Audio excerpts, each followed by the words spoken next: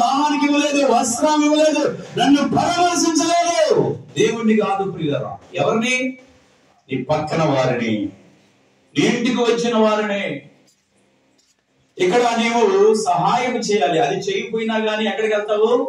నిత్య నరకానికి వెళ్తావు. నువ్వు ఏదైనా పని చేసుకుంటే ఆ పని నీకే కాదు, దేవుడు నిన్ను నమ్మి నీకు ఆ పని ఇచ్చినప్పుడు నీవు ఆశీర్వదింపబడి అనేక మందికి ఆశీర్వాదకరంగా ఉండాలి.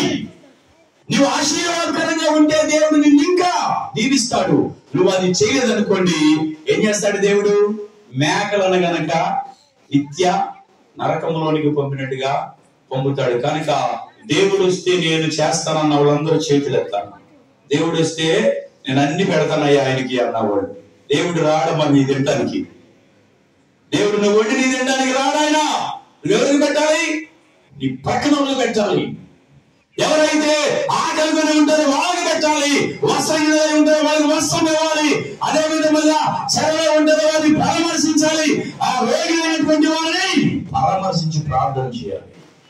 దేవుడు వస్తే అన్ని ఆయనకి చేస్తాను అంటే ఆయన రాడు, నువ్వు చేసేది లేదు. కనుక నువ్వు మిస్ అయిపోతావు. కనుక దేవుని యొక్క నిత్య రాజ్యంలో నువ్వు ప్రవేశించాలంటే చారిటీ అనేటువంటిది చేయాలి.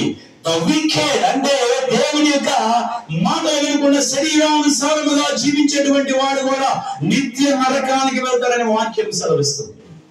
శరీరానుసారముగా జీవించేటువంటి వారు ఎడగలుగుతారు? నిత్య అగ్నిలోనికి. గలతీయులకు రాసిన పత్రిక 5వ అధ్యాయం 19వ వచనం చూద్దాం. గలతీయులకు రాసిన పత్రిక 5వ అధ్యాయము